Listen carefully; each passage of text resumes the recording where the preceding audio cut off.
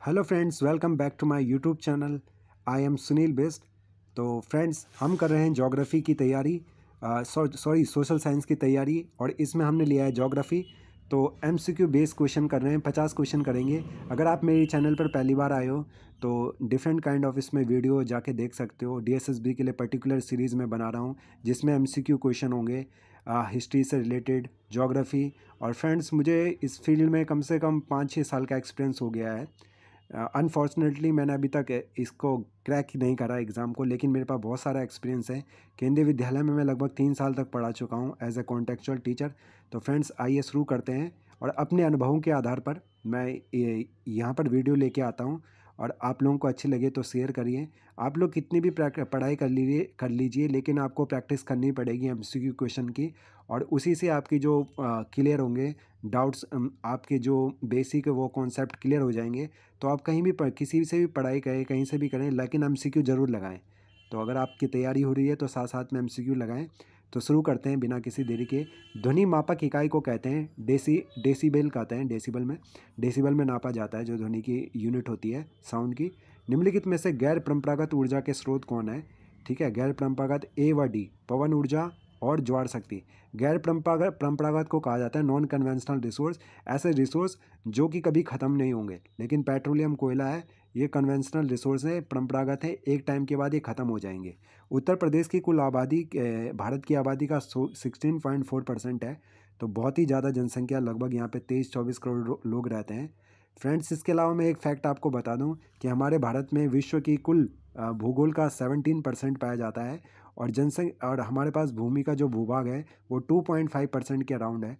तो ये बड़ा एक हमारे लिए चिंताजनक विषय है कि आबादी ज़्यादा है लेकिन हमारे पास भू क्षेत्र बहुत कम है। इसकी वजह से गरीबी, इसकी वजह से हमारे यहाँ पे अनएम्प्लॉयमेंट और बहुत सारी प्रॉब्लम्स क्रिएट होती रहती है। निम्नलिखित में से कौन सी नदी डेल्टा नहीं बनाती है? तो गंगा बनाती है, ब्रह्मपुत्रा के साथ महानदी भी बनाती है, कावेरी भी बनाती है, नर्मदा नहीं बनाती है। नर्मदा और ताप्ती दो नदियाँ हैं जो पश्चिम की तरफ बहती है। बाकी सारी नदियाँ पूर्व की तरफ, ज़्यादातर भारत की नदियाँ पूर्व की तरफ बे ऑफ बंगाल में गिरती है। जीवाश्म किस प्रकार के सेल में पाई जाती है? तो परतदार सेल में जीवाश्म आपको ध्यान रखना है।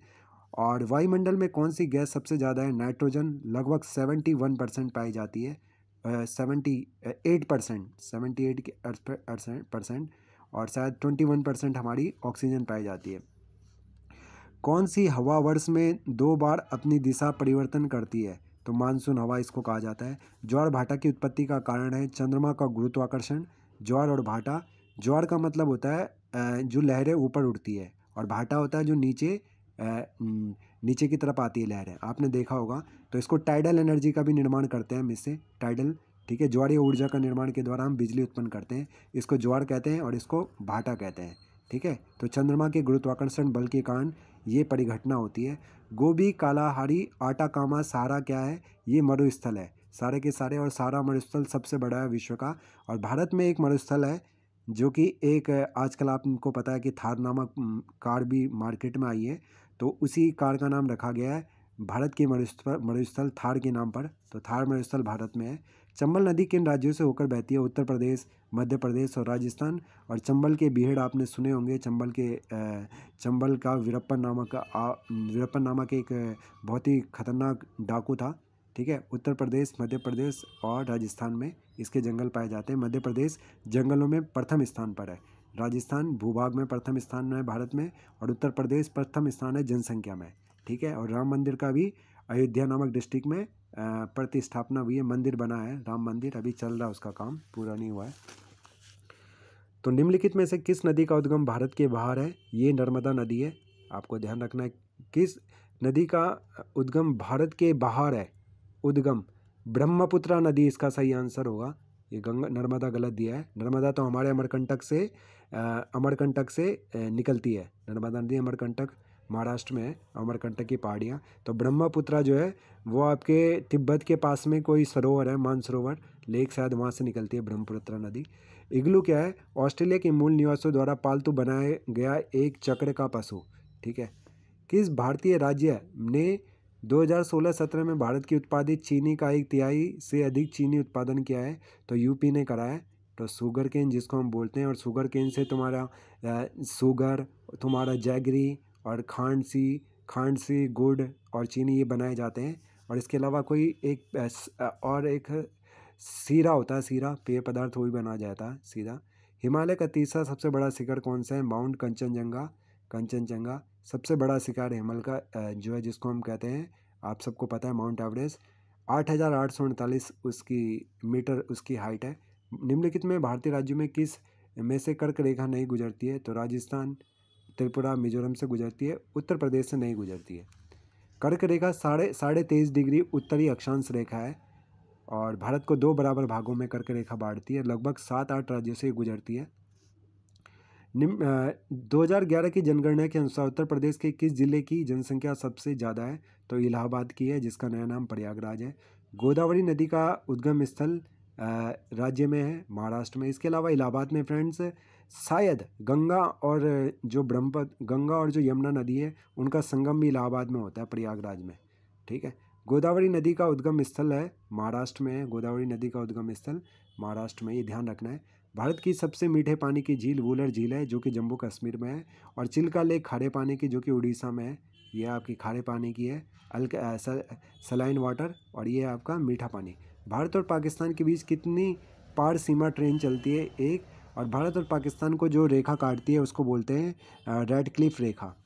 निम्नलिखित में से कौन सा जानवर भारत में स्थानीय प्रजाति वो जानवर जो केवल एक ही भौगोलिक क्षेत्र में रहते हैं का उदाहरण नहीं है? तो गाय। ठीक है, गाय आपके पूरे भारत में पाई जाती है। बंगाल टाइगर आपका सिर्फ पश्चिम बंगाल में रहता है। एक सिंगी गैंडा आपका Manas national park Kaziranga national park है, जो कि आपके असम में वहाँ पे पाया जाता है।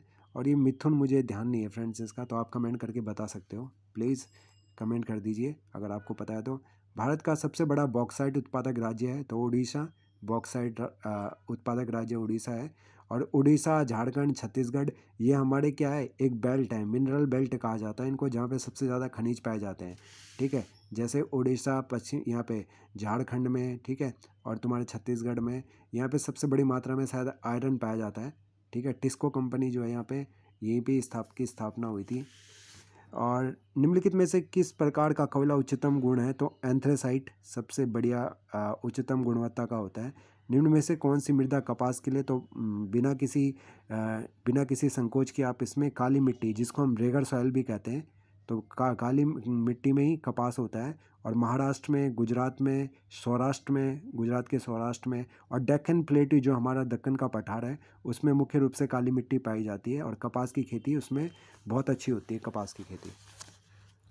भारत और श्रीलंका को कौन सा जल डमरू मध्य खाड़ी अलग करता है? तो पाक इसको कहते हैं। ठीक है, गल्फ ऑफ पाक कहा जाता है इसको। ठीक है, पाक स्ट्रीट कहा जाता है इसको।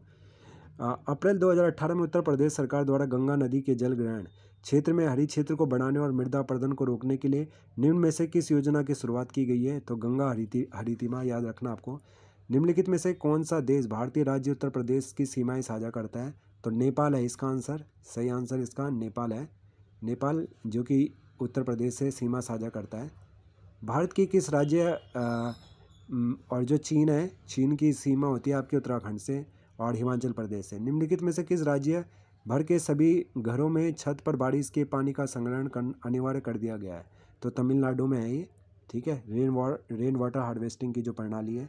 मध्य प्रदेश की खेती की कृषि विधि झूम कृषि को कहा जाता है, दहिया कहा जाता है वहाँ पे झूम कृषि को, जिसमें हम एक समय के बाद दूसरी जगह पे जाके क्या करते हैं, खेती करते हैं। स्लैश एंड बर्न एग्रीकल्चर कहा जाता है इसको। काली मिट्टी को रेगुलर सॉइल भी कहा जाता है। मुरादाबाद के कार्य हेतु प्रसिद्ध है? तो पीतल के कार्य के लिए प्रसिद्ध है। और मुरादाबाद जो कि आपके यूपी का एक डिस्ट्रिक्ट है और ये मुस्लिम बहुल इलाका है। उसने विश्व भर में हस्तकला उद्योग में अपना आला स्थान बनाया है। तो पीतल का जो कार्य होता है यहाँ पे, ऐसे बागान जहाँ बिक्री के लिए एक नगद फसल उगाई जाती है उसे रोपण खेती कहते हैं, प्लांटेशन क्रॉप्स कहा जाता है इसको, प्लांटेशन क्रॉप। तो फ्रेंड्स आगे देखते हैं। नेपच्यून के अलावा अन्य किस ग्रह को नीला ग्रह कहते हैं? तो पृथ्वी है, पृथ्वी को कहा जाता है नीला ग्रह नेपच्यून के अलावा, क्योंकि हमारे यहाँ पे शायद अबाउट 70% पूरा वाटर पाया जाता है पृथ्वी पर, जिसमें महासागर हैं, सबसे 5 महासागर हैं और बाकी सागर है और बाकी नदियाँ हैं। निम्न में से कौन से बागान फसल नहीं है? तो मोटे अनाज, जबकि कॉफ़ी, चाय और काजू ये कैसे हैं आपके? बागवानी है, बागान फसल है। ठीक है। तुर दाल को अन्य किस नाम से जाना जाता है? तो तुर को अरहर के नाम से जाना जाता है। ठीक है फ्रेंड्स।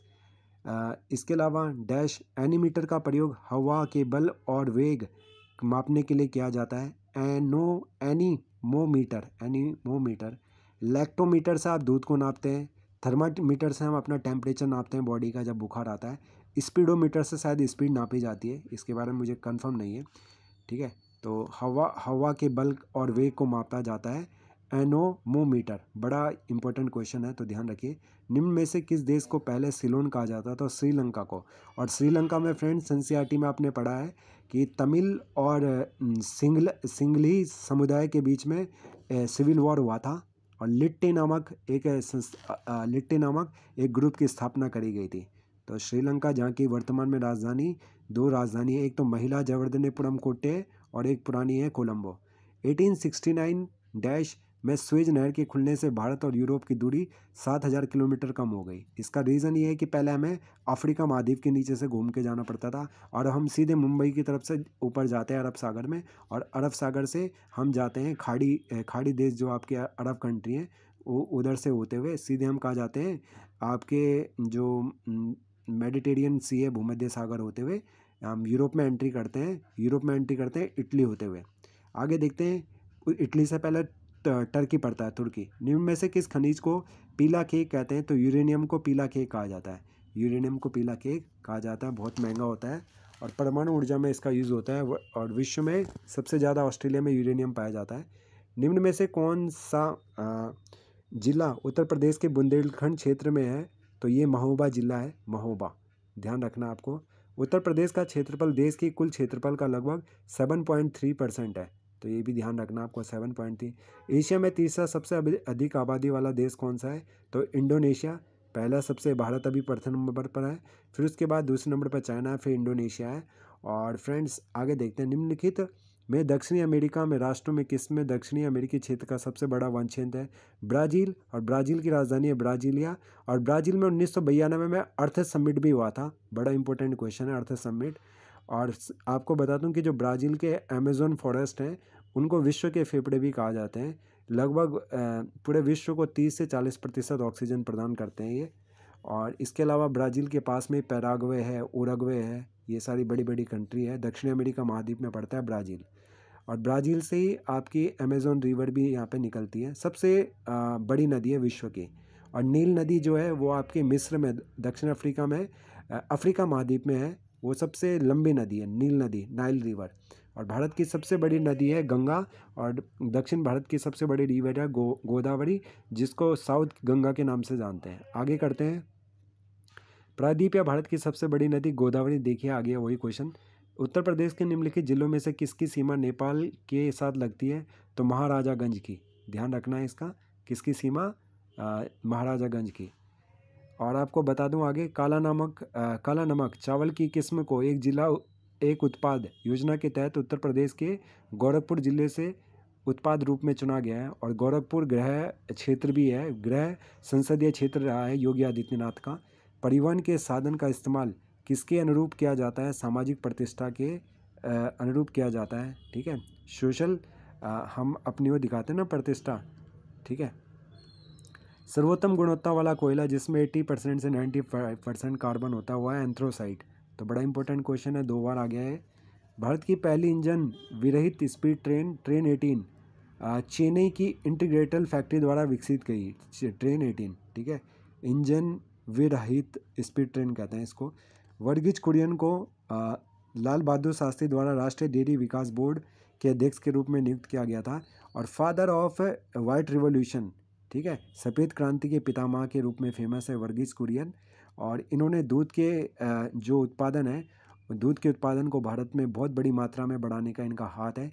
इन्होंने करा ये, फ्रेंड्स 1 मिनट दीजिए मैं बताता हूँ कि जो आपके उत्तर ये जो आपका ये पहले वर्गीज कुरियन के बारे में थोड़ा सा बताना चाहता हूँ कि ये कि इंजीनियर थे।